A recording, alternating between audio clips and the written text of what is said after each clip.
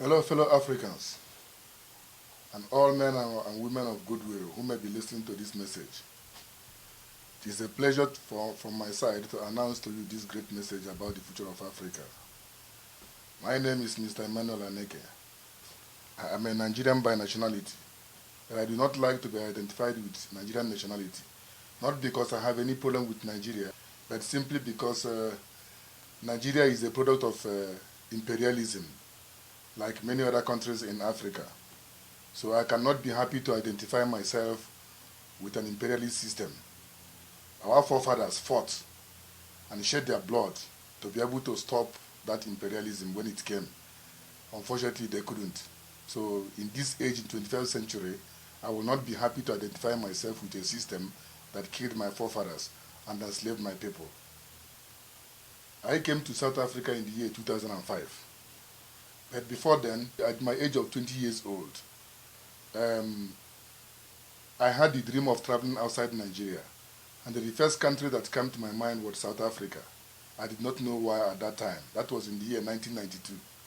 And by the year 1994, I left Nigeria to other African countries.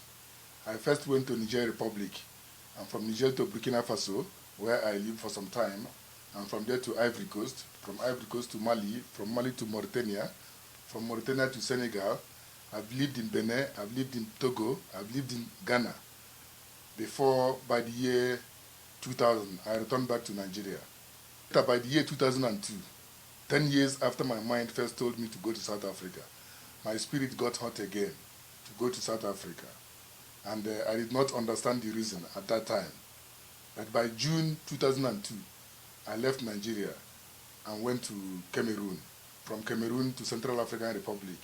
And from Central African Republic, I went to Congo, Brazzaville, with hope of going to South Africa. I wanted to cross to Congo, Kinshasa, so that I can find my way to Zambia and Zimbabwe and South Africa. But the journey was so tough because that time there was no road. One has to take flight from Kinshasa to Lubumbashi before you can talk about going to Zambia. And the journey was risky, so I couldn't make it. I had to stay in Congo, Brazzaville in Pointe Noire to work hard, and I later established a restaurant and bar, which cost me nearly 1 million CFA at that time. I was managing it, it was quite doing well. But by 2004, my spirit got hot again to leave and go to South Africa. So I called one of my friends, the Cameroonian, to ask him to come and get me a visa so I can go to South Africa. He asked me, why do I want to leave my business? I told him that, look, my spirit is telling me to go to South Africa. I don't know why. So after some agreement, some talks with him, we agreed that he should get me a visa and buy me a flight ticket in exchange for my business. So that expenses of going to South Africa could cost more or less 300,000 CFA. So I had to exchange going to South Africa with my business that cost me 1 million. The reason I did not know, but it was in my spirit to go to South Africa. So on 22nd of January 2005, I landed in Johannesburg International Airport, now called O.R. Tambo. And later I came into Johannesburg City. Life was so confusing. The place was not the same like I was seeing in other African countries. It's much more developed than other African countries. But at the same time, it was too difficult to live with. So when I came here, there was nobody to offer me a shelter, because the Hillbrow that time was like a jungle.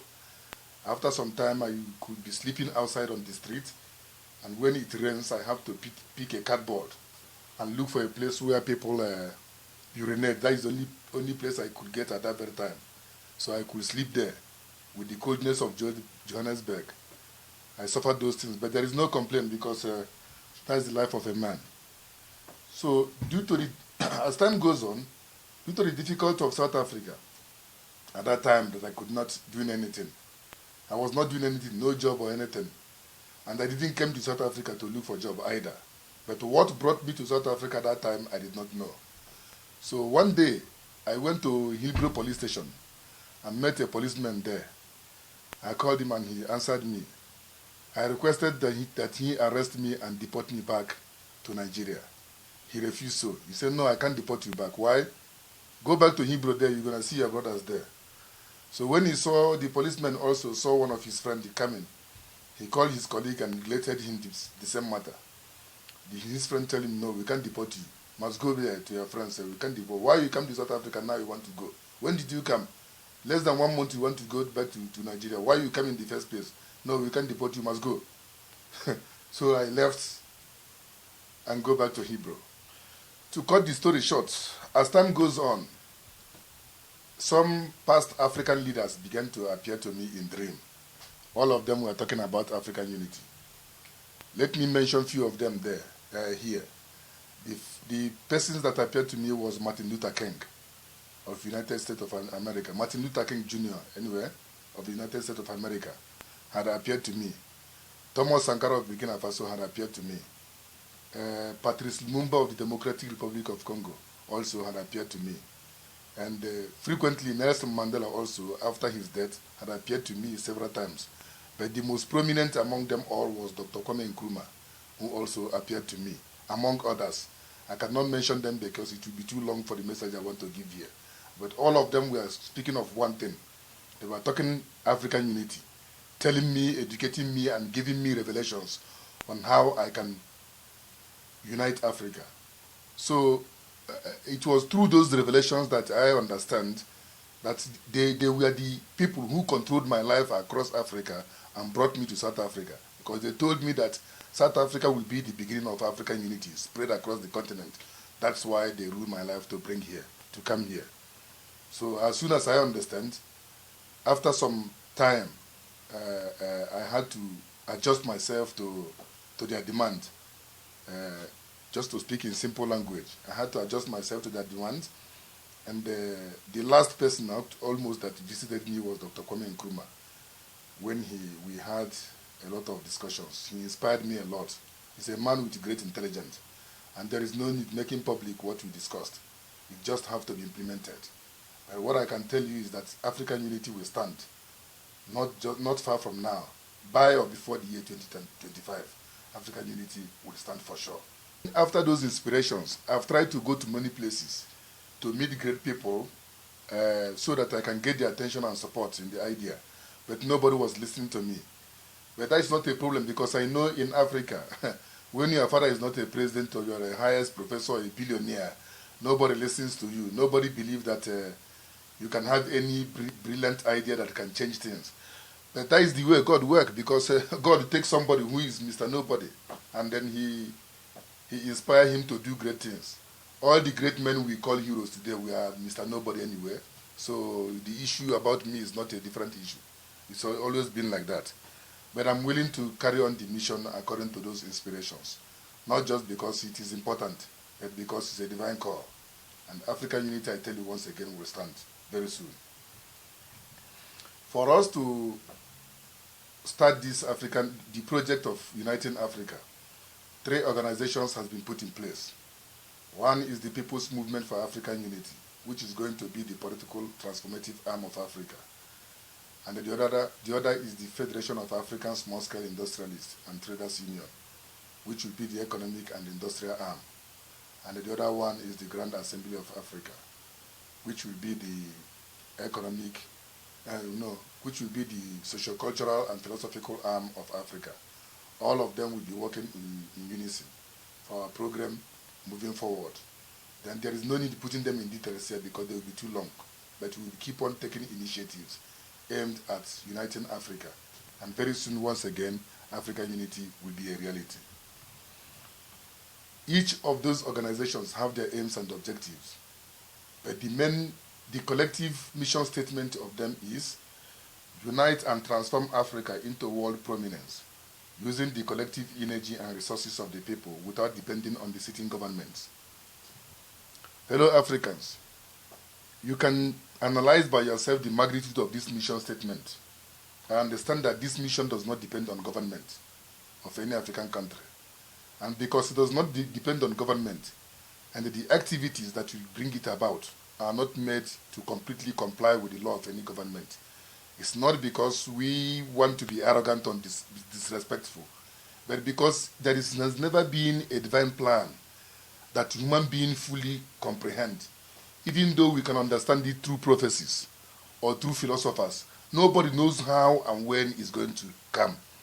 And for that very reason, No government will put institution in place to say this institution is waiting for so prophecy to come. It's going to work like this, it's going to work like that. Nobody knows how it will come.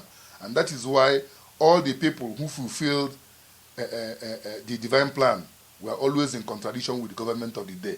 Because the government work with the institutions and laws and constitutions.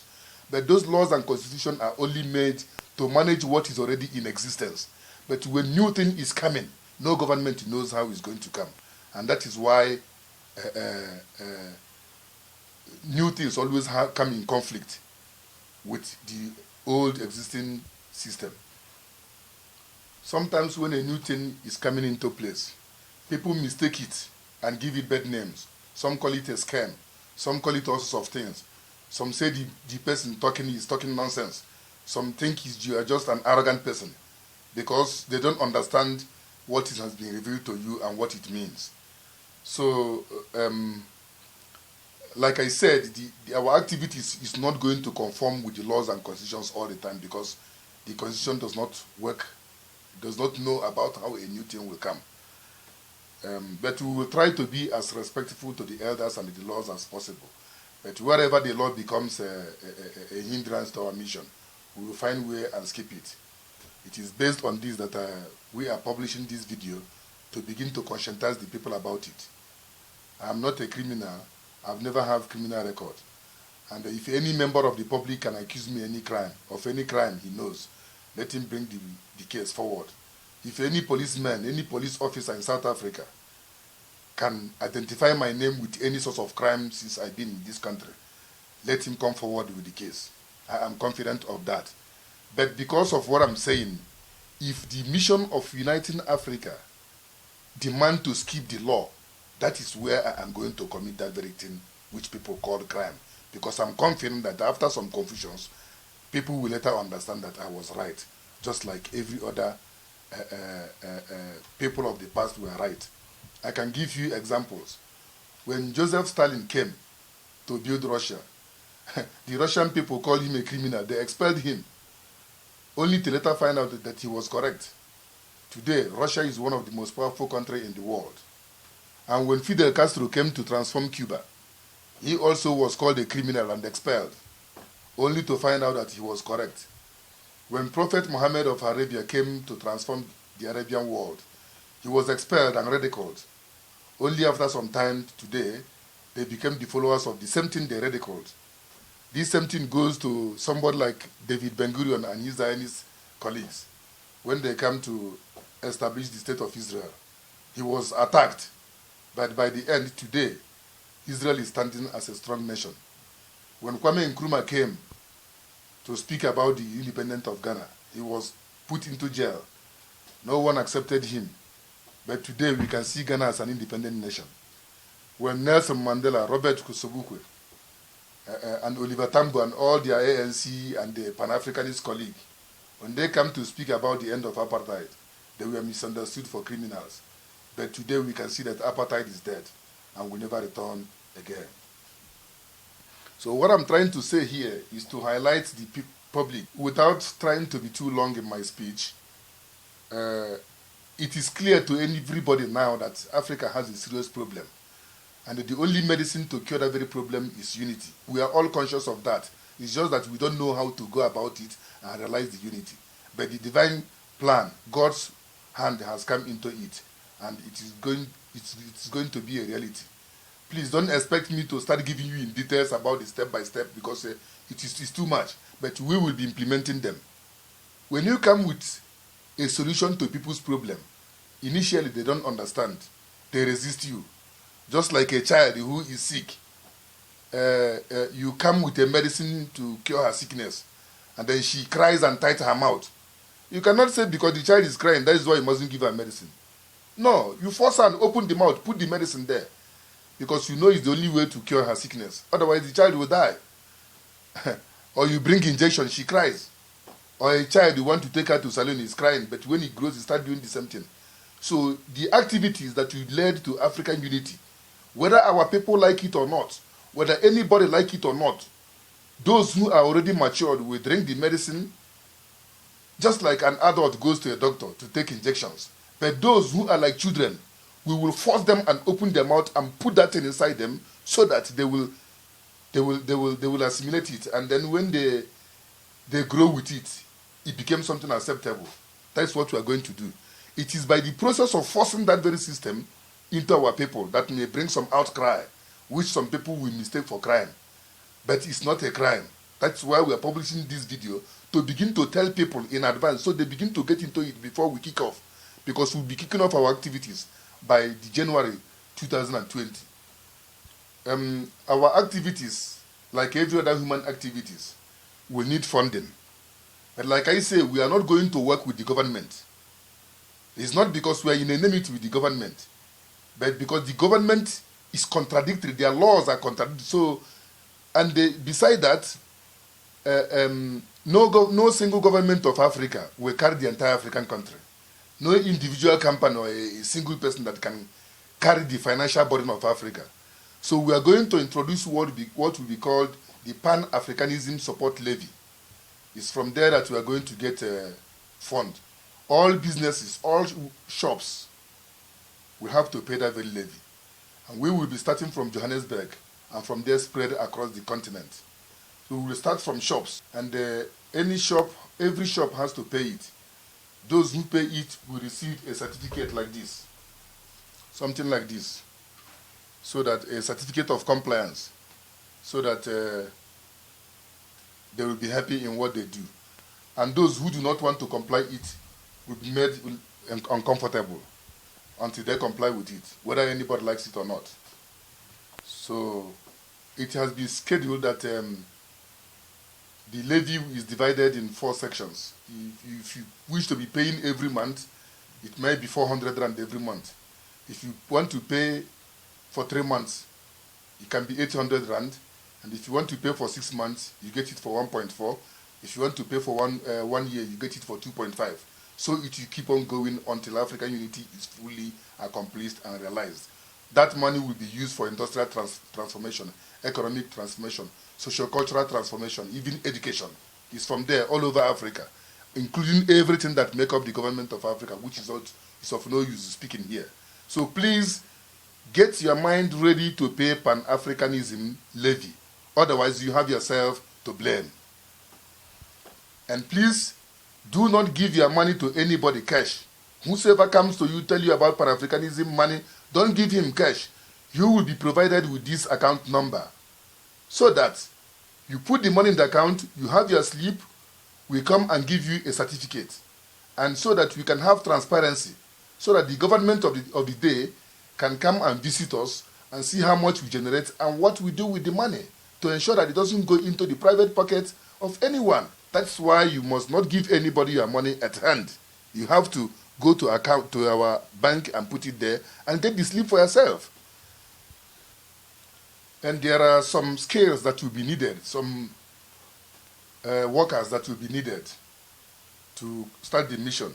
Among the skills that are needed are public administrators, accountants or financial management personnel, lawyers, database developers, so we can capture our transactions, and graphic and website designers. And we will need journalists and writers. We will need cameramen. We will need event management and organizers. We will need security personnel and on-field workers, just to mention a few. The on-field workers will mainly serve as the law enforcement personnel in terms of generating levy and keeping order. So the law enforcement persons doesn't necessarily need to be highly educated people. Whether you ever go to school or you never go to school is not a problem, as long as you are willing to serve for the good of Africa. From the beginning, we will not have money, because nobody is going to give us any money. And we don't want anybody to give us money, because whosoever gives you money commands your program. That is why we have to go after levy. We won't have money at the initial place, but we will generate funds to pay our workers and carry on their program. It's also a means of employment for those who are looking for a job. To cut things short, we all know that African unity has always been the gospel of our forefathers. Many of them died.